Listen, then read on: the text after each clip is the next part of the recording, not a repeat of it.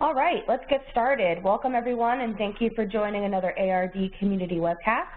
Today's topic is intelligent virtualization. Today we have James Walker on the phone. He's the principal software engineer for Agile Requirements Designer. If you have any questions as we're going through today's session, you have two options. The first is to ask your question in the Q&A box in the bottom right-hand corner. We'll get to those questions as soon as James has a pause in his presentation or towards the end of the session, and we'll answer those before we end today's session. If you'd rather ask a question on the phone, if you have a more complicated question, you can hold those questions until the very end of today's session, at which point we'll let you know how to unmute your line, so you can ask James a question right over the phone. All right, well, thank you everyone for joining, and now I'm going to turn the call over to James. Take it away, James. Okay, thank you very much there, Melanie. So yeah, as Melanie mentioned, we're going to be talking about intelligent virtualization today. Okay, and basically this talk is going to be about utilizing two of our tools that we have in CA, Agile Requirements Designer, which I'm the lead engineer on, and also CA Service Virtualization.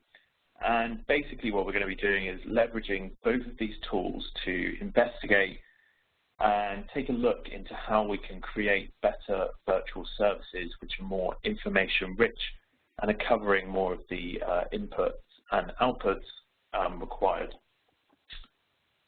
So the agenda, so we're going to take a little look at CA Service Virtualization, a bit of background for those of you who are familiar with the tool. We're then going to take a little bit of a dive into Agile Requirements Designer afterwards to take a look at some of the offerings this tool brings. We're then going to look at a little demo. So we're going to look at a weather application, okay?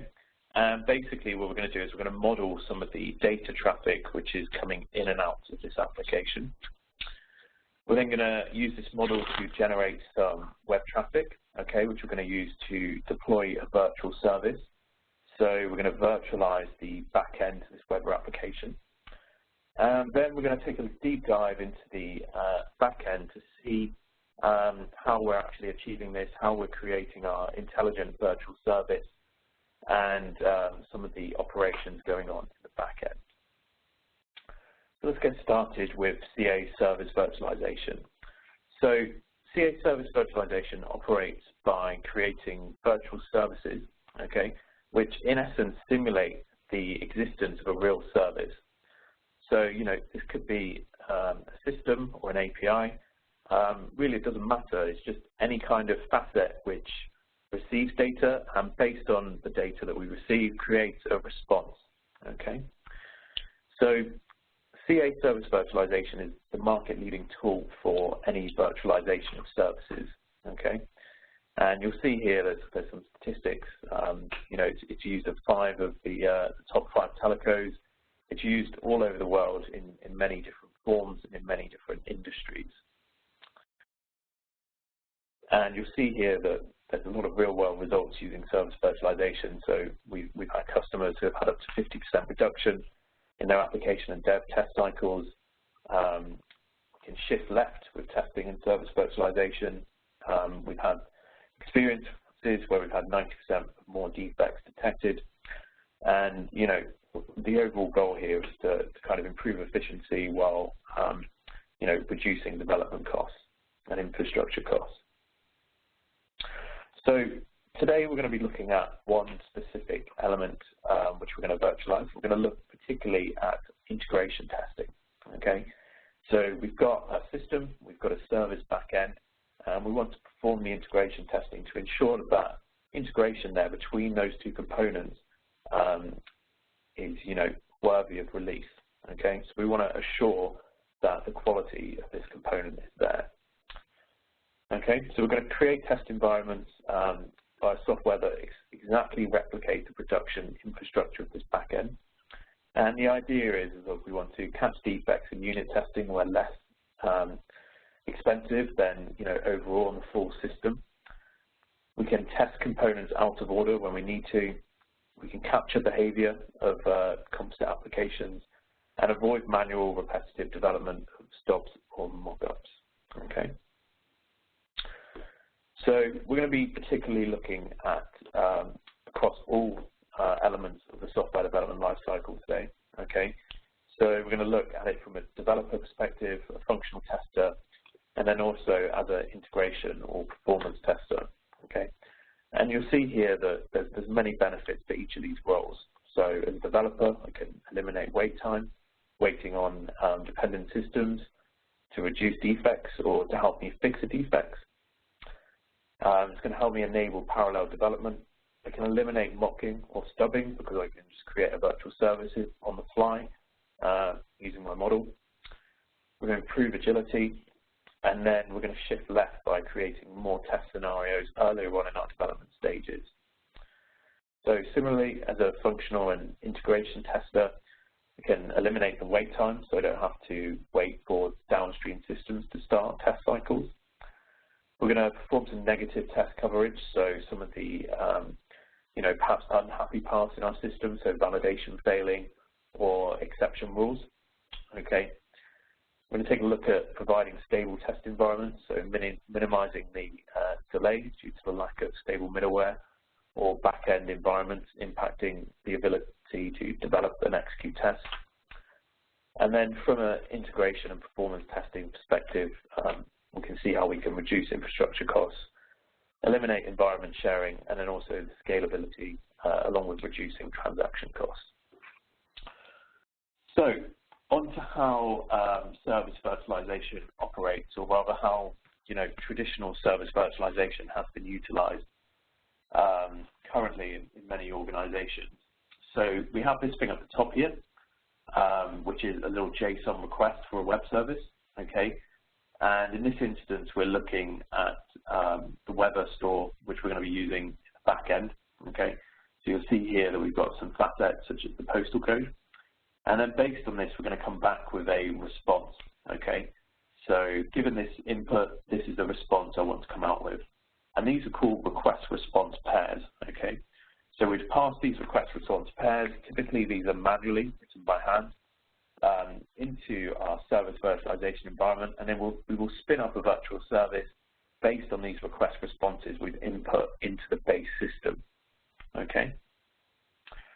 Now, there's a bunch of negativity about using service virtualization in this way. So firstly, we're writing the request and responses by hand, okay? If we want to perform any data resolution inside of our request responses, we have to go into our database backend and look up this data. Or even worse yet, if we don't have access to this database, we may have to query our test data management team to generate the data that we need to use in our request responses. So think about, we've got a very simple authentication system, and I want to have some valid users who are entering a correct username and password, and then also some invalid users who, the username and password do not correspond with what's in the database. I need this data to be in the back end to provide the right request responses necessary for that specific input. With no real notion of coverage, okay, in terms of am I generating the request responses for all of the functional logic in my API or my back-end system. Then also it's challenging to maintain these request responses when the service changes, okay? So we're in sprint 1, we have our request responses, which we're testing our API against. Then in sprint 2, the requirements for this back-end service changes. It's very difficult to maintain these request responses, and typically what happens is we end up throwing these away and almost starting over at each sprint, which obviously is a waste of effort. So what we're going to be looking at in this webinar today is intelligent service virtualization, okay? So the idea here is that we're going to model the behavior of the actual service, okay? So we're going to define a formal model of the behavior of the service, and then we're going to create the RR pairs, or the input-output traffic data as a consequence using this model, okay? So we're no longer writing these by hand. We're going to leverage our database backend, TDM, which is a CA product, to find and make the necessary data we require for our request responses, okay? So we're no longer inserting this data manually or carrying around large spreadsheets which we're pulling the data from. We can perform data requests on the fly as needed. We're going to obtain a data coverage by leveraging some of the techniques we've got for deriving the RR pairs from the model. And then finally, when our changes happen inside of our service, or we get new requirements coming in, we're going to demonstrate how we can change the model to update our resulting RR pairs coming out of the model. Okay. So what we're going to be using to model the service is our tool called CA Agile Requirements Designer. Okay. Now this is a formal modeling tool. Okay. And a lot of you who have used some business process modeling before will be familiar with this kind of notation. So it's similar to tools like Visio, BPMN, etc. And basically what we're creating here is an intelligent model, okay, of the back-end functionality of our virtual service. So the model is a mathematically precise model of the system, and it eliminates any ambiguity and incompleteness. So if we're talking about shifting left here, we can define the functionality of our API in the model, and we can pass this through to development, through to testing, and we can generate the RR pairs on the fly for this as a result. So it can be used by testers and developers. The overall goal is to bring the end user business and IT into close alignment. So in terms of generating the RR pairs from Agile Requirements Designer, now when we're talking about a model, we're typically talking about a flowchart here. So you'll see we've got a little model here. It's probably a bit small for you guys, but basically this is a model of a little user registration system, okay? And what we can do here is we can overlay the RR pairs, excuse me, and we can generate routes through this model. Okay. Now each route or path becomes a test case or an RR pair in our world. Now, trivially, we could, extract all possible routes through this model, and you'll see even for this very, very simple system, we end up with a large number of paths or RR pairs here. And what we're going to use is we're going to leverage some of the optimization techniques inside Agile Requirements Designer to create the test based on the model coverage. So looking at pinpointing specific facets of the flowchart or the model, such as nodes, edges, decision gates, or pairs of decision gates. So inside Agile Requirements Designer, we can overlay on the flow code snippets. Okay, so we've used this before for generating automation scripts such as Selenium or Ranorak. In this case today, we're going to use it to generate some RR pairs for us to use in the back end. Okay. Now, each code snippet or process, okay, we're going to assign a block of code. So in this case, we may assign some XML representing a SOAP case, a SOAP request, or in this element, we're going to assign it a REST request, so some JSON script. So once we've tagged all of our flow with these scripts or these blocks of code, the resulting paths we get out of the back end of Agile Requirements Designer can be used to derive the resulting RR pairs. Okay, and that's what we're going to take a look at during the demonstration, which I'm going to go through now. So what we're going to be looking at in this little demo is a weather system. Okay, I'm just going to spin this up now. Now, basically, what this is a little weather system. It's currently pulling some weather information from openweathermap.org, okay, using a publicly available API. And basically, what I can do is I can go in here and I can specify specific cities. So you'll see here Chicago, currently 42 degrees Fahrenheit. The wind speed is 9 miles per hour, 81% humidity, and 0% raining at the moment. And you'll see we have a large number of cities here. I can go in, I can select these through the UI of the web application, or I can go in and I can specify a direct city using the lookup functionality here. Okay, and you'll see at the top here, whenever I enter a different location, the API is being probed for this information. Okay, up here. So what we've done is we've recorded some of the traffic passing through this web service, okay? And I've got 2 of the request responses here. So let's open that up and take a little look and see what we're dealing with. So the request we're putting in here for the country Abbott, okay? And we've got a response for Abbott here, okay? And you'll see that this is all JSON data. So for this given request, which we're a GET request to the server, we're getting back this JSON response, which has all of the data in, which we're pulling in to our weather system, which we're virtualizing. So you'll see here we've got the coordinates, the latitude, longitude. We've got some description of the weather, the temperature, the pressure, the humidity, which we're pulling into this web form element here. Okay, so what we want to do is we want to virtualize the backend service here, okay, and we can switch this at any time to a virtual service. And what we're going to do is we're going to model the request responses passing through the system, and we're going to spin up a virtual service which we're going to utilize and replace in here with the service we create. So at this point, I'm going to switch over to CA Agile Requirements Designer, which is our modeling tool, which we can use to model request responses. We can use it to model the functionality of the system, or in this case, we're going to use it to model the functionality of this little web API. So let's take a look down the flowchart and see what we're modeling here. So we've got a decision gate first off. Does global warming exist? Okay. And then we're going to end up at a point where we're going to pull out some climate data, okay, or climate accord. We're then going to do some different data based on what the time is, okay, so how far ahead in the future we are.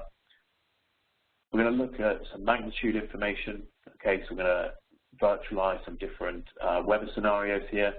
And then based on all of this information and the route we've gone down in the system, okay, so perhaps global warming doesn't exist, we're not going to look at the future, we're going to have a category 1. We're then going to calculate some of the weather conditions which we're going to pull in to our web service.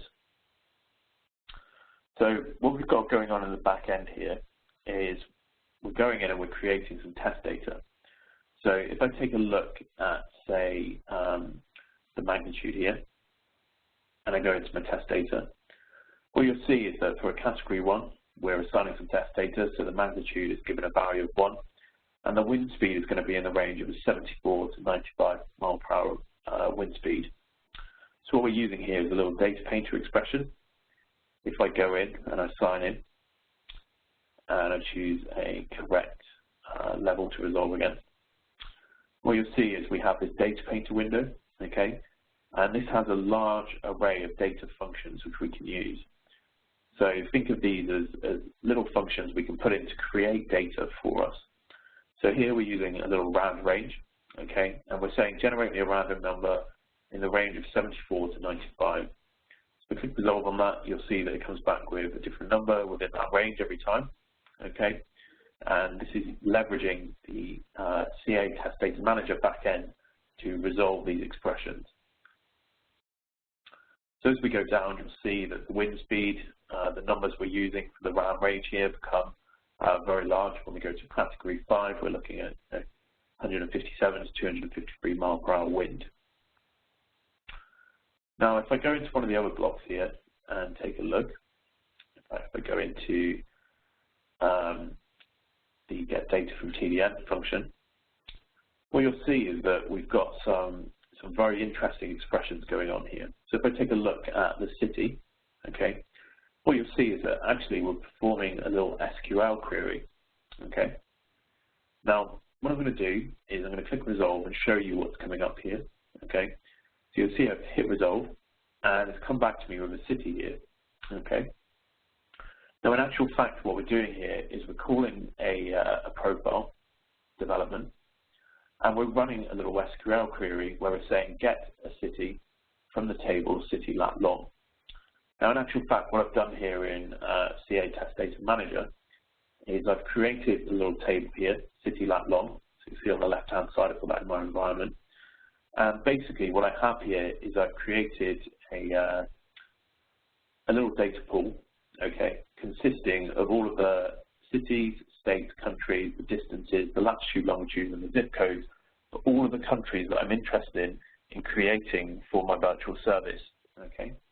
So you'll see here I've just pulled in 100 rows. I think in total there's about 300 rows in this database that I'm going to pull in and utilize in my inside my model. Okay, so you'll see here I'm pulling in the city. Similarly, I've pulled in the data for the longitude, the latitude, and also the distance miles from this table. Now, as you'll see as I pass through the flow, I'm setting a bunch of variables that I'm passing through. So you'll see here, if I look at the future table, we're changing some of these variables to elements based on the route I take through the flow. Now at the end here, what we have is a little calculate block. And if I take a look at the test data for this, you'll see that it's got some more complicated data painter expressions in there. So if we look at the wind speed, you'll see that we're using some of the test data variables we defined earlier. And we're performing some expressions based on these to derive the overall wind speed. So you'll see here we're using this distance ratio, we're performing a mid function, and we're multiplying that with the wind speed to get the overall resulting wind speed in meters per second. And you'll see here, similarly, I've got a data painter expression for the temperature, and then also for the pressure, which we're resolving here.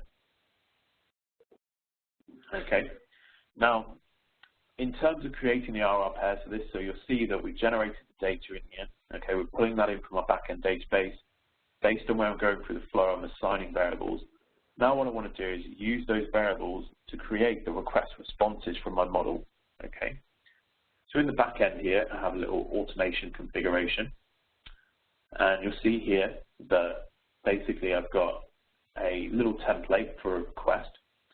And this has some identifiers in which I'm going to replace within my flow whenever I call a specific action, so a request. In terms of the response, I've got a few different types of responses which I'm going to use throughout, and I've created little templates for these. So I've got a valid response, okay, and I'm going to inject a longitude, a latitude, and also some of the weather information. Okay, so I'm creating the same request which we recorded from our web traffic here, okay, and I've basically just parameterized this up with variables which I'm going to replace with an ARD whenever I call this specific action. Now you'll also see here that there's also an invalid response. So the city cannot be found, we're going to return a 404 error, and that's going to be pulled back out and given into our code snippet. So what we're doing for the model here is we're calling these code snippets from the model. So if I take a look at the automation block here and click on the automation tab, you'll see that we have a few different actions assigned in here. Now, we're going to kind of glance over this, okay, and we'll come back and take a proper look at this after we've created the RR pairs. But you'll see here that basically I'm calling this specific automation snippet with the request in, and I'm looping over my table from TDM, and I'm populating that with the data from there, okay. So if I go into the Path Explorer now, you'll see that we have a bunch of optimization techniques in here which I can use to generate routes through the model. So if I go in here and generate all possible routes, you'll see that there's kind of 40 different scenarios which I can represent through my system, or different weather states that can be exposed inside my API. And what I've done is I've just stored one of these test cases. So you'll see here that global warming does not exist. We're going to create data for a category 5 weather scenario, and we're going to look ahead to 20 years in the future. So we've got this flow for our system. What we're going to do now is going to go to export, and we're going to go into automation. And I'm going to click export. Now, it's going to take a couple of seconds to compute, because it's going into our backend database and it's pulling in all of that data. Okay, it's looping over each row in the data table. So you'll see here I've got all of my requests listed out. Okay, these are all concatenated together. So you'll see here that for each GET request, you'll see all the different countries here on the right-hand side. So for instance, here you'll see Bailey Island, Bridgeton, Lockney, etc. Now, what we've also got, so this is the request layer. Now we've also got the response layer coming through here. So you'll see that for each of these requests we're putting in, we've concatenated the resulting response, which we're going to give through our API. So you'll see here for Volga, We've got the latitude and longitude we've pulled in from our API. And we're going through and we're pulling all that data in. So what I'm going to do now is I'm going to export this into my file system. And we're then going to spin up a virtual service based on this data which I've generated through Agile Requirements Designer. I'm going to go in here. We've selected all of these scripts. I'm going to go into my Weather SB folder. I'm going to create a new folder here. It's going to be exported RR. I'm going to select that folder. I'm going to select to export. So what we'll see here now, if I go into that folder and take a look, you'll see that it's exported the file. I go to the right folder. Let's click export that. Okay, and you'll see that it's given me two files here. It's given a request and it's given a response. Now what we need to do is we need to take this request and response which have been generated, and we need to push these into CA Service Virtualization to create our resulting virtual service. So what I'm going to do now is I'm going to switch over to another of our products called Javelin. Okay, and what I'm going to do is I'm going to execute this flow that we've created. And while this is executing, I'm going to go through and explain what Javelin is doing. So you'll see here on the right-hand side, we've got this little log. Now, currently, what this is doing is it's going through the request responses we generated, okay, which, if you remember rightly, was concatenated all into one singular file. So you'll see here all of the request responses are concatenated together. So it's looping through all of these. It's looking for this file name keyword, and it's going to split the file based on each of these, okay. Now, based on this split, what it's then going to do is it's going to go through, create a little zip file with a configuration. So you'll see that there's a for each loop which is looping through all the specific files that we're exporting here. Then it's going to go down, it's going to zip up all of these files which we've created. So you'll see it's at the stage now where it's created this zip file. So if I go into a folder here and take a look, you'll see that there's this Armageddon.zip, and you'll see in here that we have all the different request response files. So if I take a look at in here, you'll see that we've created a large amount of request responses here. In total, there's 639 request responses that we've generated, or 638 actually. And there's a little XML file in here which specifies the configuration of the virtual service where we're going to upload that to. So given the zip file, what we then do is we do a little API call to CA Service Virtualization where we upload the zip file, and then it's going to create the virtual service for us. So you'll see here down the bottom, it's gone through, it's split all the files, created the zip file which we just took a look at. It's uploaded our virtual service, CASV, and you'll see here that it's uploaded using the port 5126. So let's go into CASV and take a look and see what's happened here. Just going to log in. So this is the portal for CA Service Virtualization, the dev test portal. And what I have down the left-hand side here is a little virtual service. And you'll see here that what I have is this Armageddon virtual service which I've created, and you'll see that this has just been uploaded, so within the past minute when that upload completed. So this is on port 5126. Now what we're going to do is we're going to flip over to our little web application we've got here, the Weather app, and we're going to switch the port to using this virtual service here. So now what I'm going to do is I'm going to select a city. So in this case, I'm going to select New York.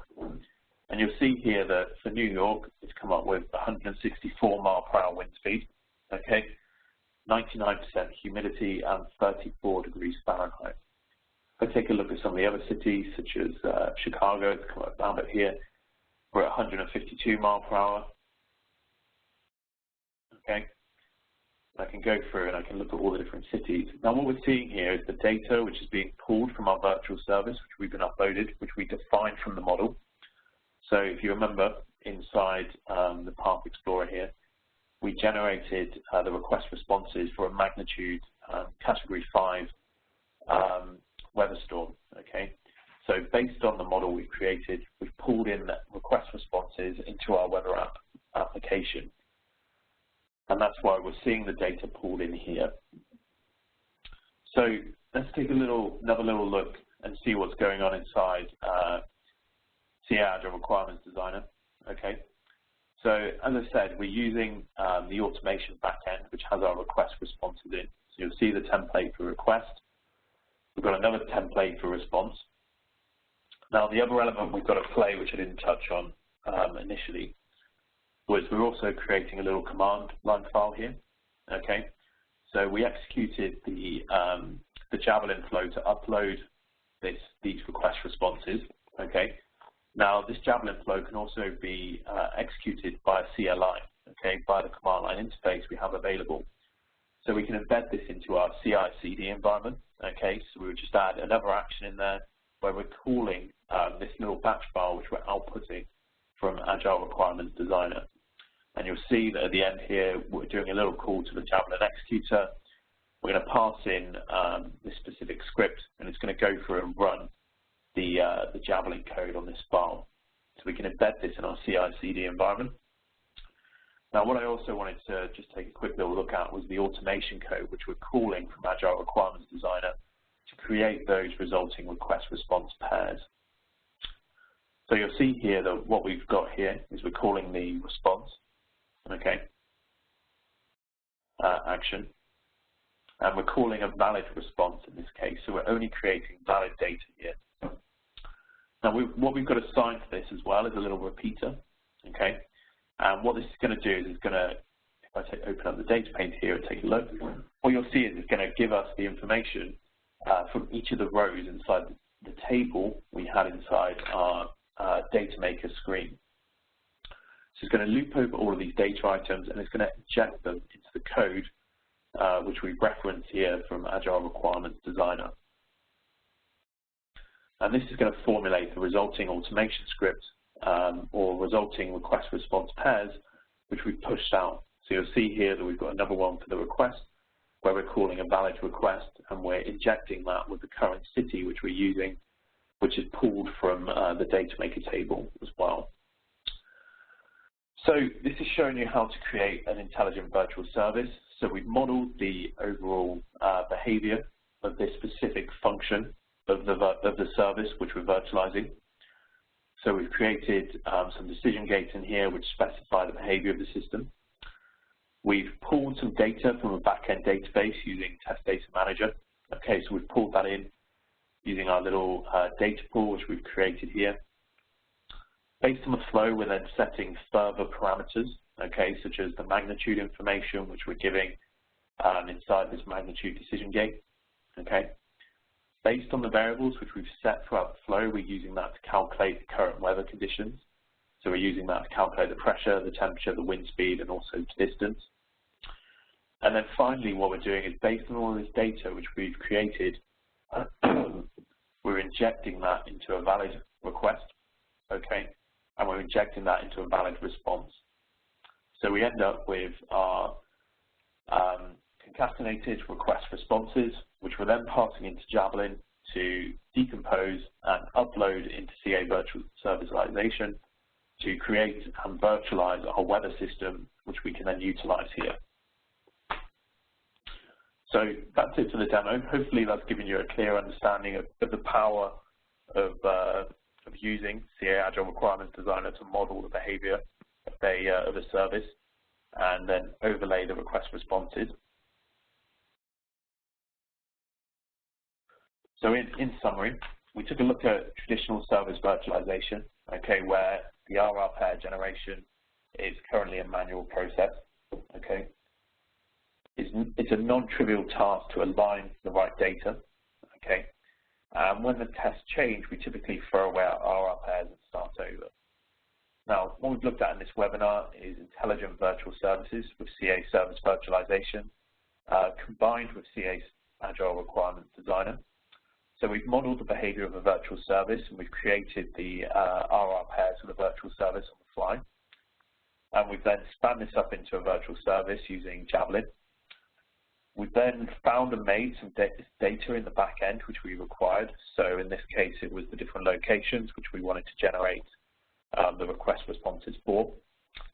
We can perform data requests on the fly. We have a notion of coverage, so we can go through and we can pick out particular elements which we want to be the focal point of our tests in this specific iteration, or in this case, the RR pairs which we required for our efforts. And then also, when changes happen, all we have to do is go in and change the model, and our RR pairs are updated on the fly, okay? So we've not looked at this specifically, but what we can do is we just go in, we change the model, perhaps we remove some of the functionality, or we add in some functionality, adding in some more decision gates or some more processes. And then, as a result of this, we can use this to update our RR pairs in the back end. So I've gone through this quite quickly. We've got quite a bit of time here, about 20 minutes, I believe, for any questions or any thoughts you guys in the audience may have. So Melanie, with that in mind, I'll pass it back over to you to pick up any questions that may come through. Okay, great. Just a reminder to everyone, if you have any questions, you can enter them into the Q&A box. It's at the bottom right-hand corner of your screen. We do have one question in already from Sai. In the Data Painter window, is it possible to use a set of values from TDM by iterating each of them to create tests according to different data? Absolutely, that's an absolutely brilliant question. So what I'm going to do is I'm just going to switch out now and go back into CA TDM. Now, basically what we have here, okay, this is going in and this is looking up a table from a SQL Server database, okay, and in this case we have a little table called city lab log, and you'll see here this is all the data in for all the cities I care about in my system.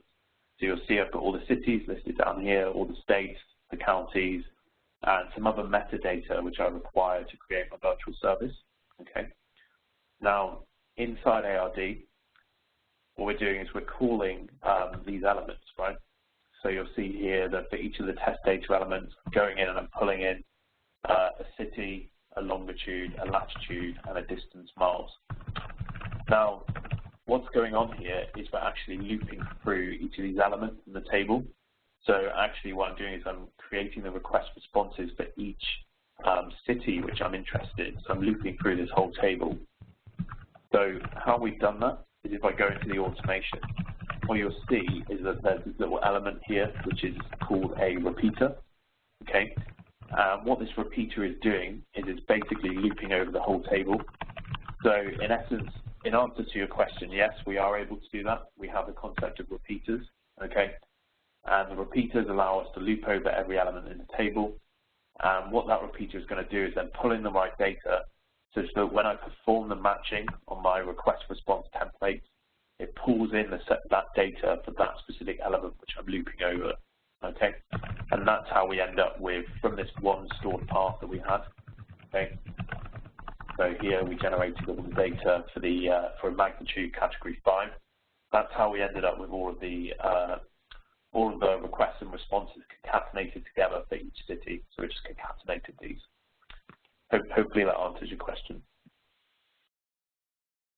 Okay, we have a few more questions that just came in. Anna asks, when change happens, new RR pair will update the existing virtual service, or will it create a new virtual service?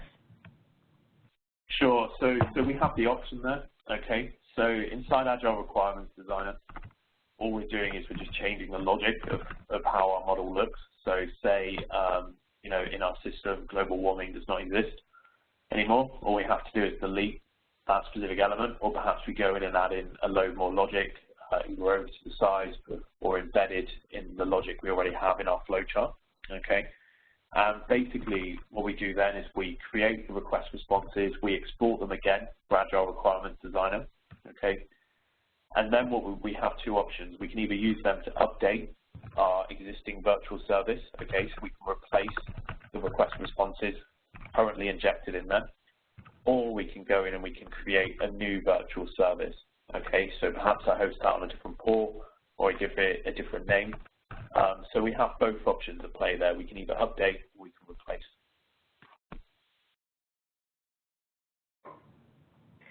Okay, thanks, James.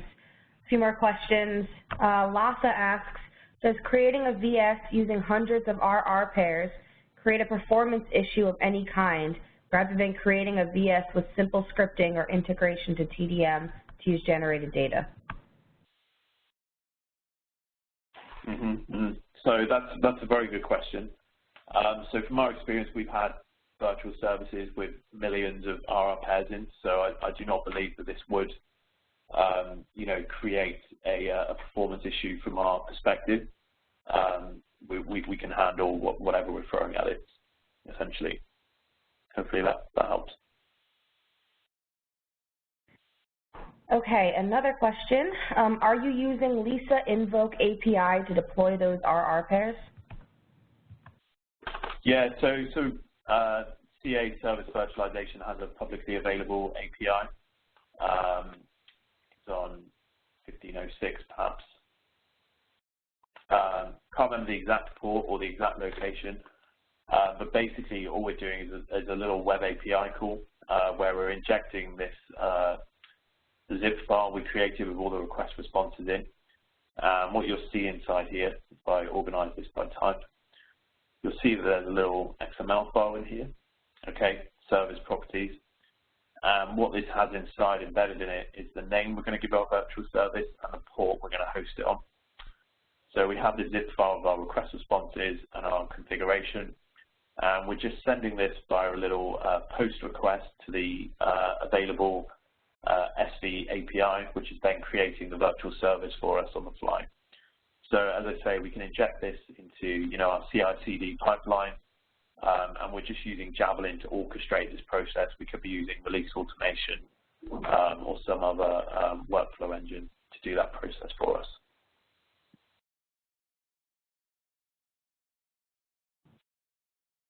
Okay, any other questions, guys? Just a reminder, you can enter them into the Q&A box in the bottom right-hand corner of your screen, or you can ask an audio question at this time. If you'd like to ask a question over the phone, you can click #6 on your telephone keypad to unmute yourself.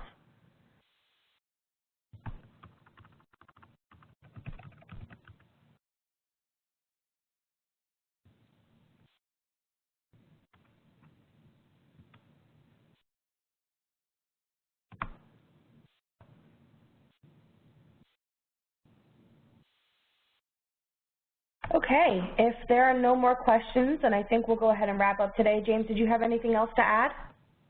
No, that's all from me. Thank you very much. Okay, great. Okay, if you think of any questions later on, please remember that we're always monitoring the ARD community. So that's the Agile Requirements Designer community on communities.ca.com.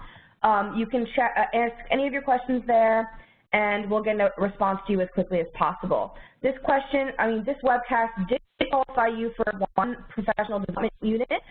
If you'd like to claim that, the code is right here on the screen now, and you can use that for up to 1 year from today. We are also putting out a poll. If you could please let us know what you thought of today's topic. We really like to take your feedback and use that to develop future topics. So please let us know how you felt about the session today. We are going to post the recording, the slides, and the Q&A transcript from today's session to the ARD community either later today or tomorrow morning. So keep an eye on the community for that if you'd like to see any of that information. We're also working on developing out more webcasts for the coming year. So keep an eye on the ARD community. We'll be posting some more of those topics in the coming weeks. Thank you everyone so much for joining today. Thank you so much, James, for a great presentation, and I hope everyone has a great day.